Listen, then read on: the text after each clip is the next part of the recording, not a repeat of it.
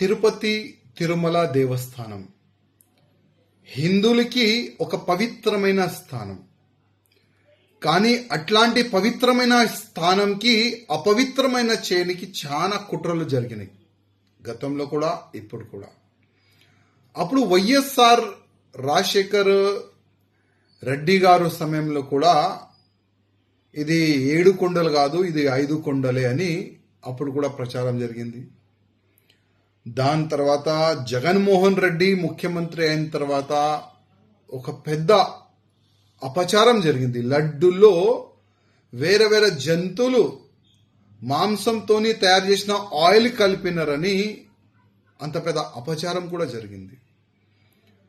అది కాకుండా తిరుపతి తిరుమల దేవస్థానం ప్రాంగణంలో ఏరియాలో కన్వర్షన్ జరుగుతుంది, అది కూడా జరిగింది. అది కాకుండా వేరే మతమోలు గుడి ప్రాంగణంలో పనిచేస్తున్నారు, జాబ్లు తీసుకుంటున్నారు, అట్లాంటి కూడా కొన్ని ఇష్యూస్ జరిగినాయి. ఇప్పుడు కొత్తగా ఒక ఇష్యూ, ఒక వీడియో వైరల్ అవుతుంది.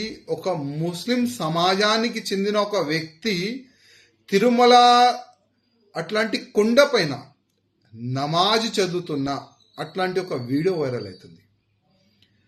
నేను చాలాసార్లు తిరుపతి తిరుమల వెళ్తా, మధ్యలో ఒక చెక్ పోస్ట్ ఉంటుంది.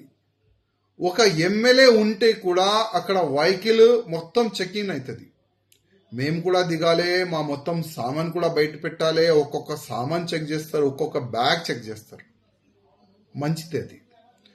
కానీ ఇప్పుడు మా ముఖ్యమంత్రి గారు చంద్రబాబు నాయుడు గారికి, అదేవిధంగా టీటీడీ చైర్మన్ గారికి ఒక రిక్వెస్ట్ చేయాలనుకుంటున్నా. చాలా మంది వేరే వేరే ట్రైబల్స్తోని వెహికల్ మాట్లాడి తీసుకొని వస్తారు. మీరు సామాన్ చెక్ చేస్తారు, వెహికల్ ఆపుతారు కదా, అసలు ఆ డ్రైవర్ ఐడి కార్డు కూడా మీరు చెక్ చేయాలని నా ఒక నివేదిక. ఒకవేళ ఆ డ్రైవర్ ముస్లిమ్స్ ఉంటే, క్రిస్టియన్స్ ఉంటే ఇమ్మీడియట్గా ఆయనకి అక్కడి నుంచే పంపించేసేయండి. లేకపోతే మన తిరుపతి తిరుమల దేవస్థానం ఫ్రీ బస్సెస్ కూడా నడుస్తుంది. ఆ వెహికల్ కిందనే పెట్టి ఆ భక్తులు వచ్చిన వాళ్ళకి ఆ బస్సు ఫెసిలిటీస్ ఆల్రెడీ ఉంది, ఆ ఫెసిలిటీస్ చాలా బాగుంటుంది. అదేవిధంగా దీనికి ఒక ప్రచారం చేస్తే చాలా బాగుంటుంది. బ్యానర్ పరంగా కానీ, మీడియా పరంగా కానీ, సోషల్ మీడియా పరంగా కానీ. వేరే మతమూలు డ్రైవర్లు కూడా ఉంటే తిరుమల కొండ పైన ఎంట్రీ లేదు, అట్లాంటి కూడా ప్రచారం చేస్తే చాలా బాగుంటుందని నేను టీటీడీ చైర్మన్ గారికి ఒక రిక్వెస్ట్ చేస్తున్నా. ప్రతిసారి మనం చూస్తున్నాం తిరుపతి తిరుమల దేవస్థానమే టార్గెట్ అవుతుంది.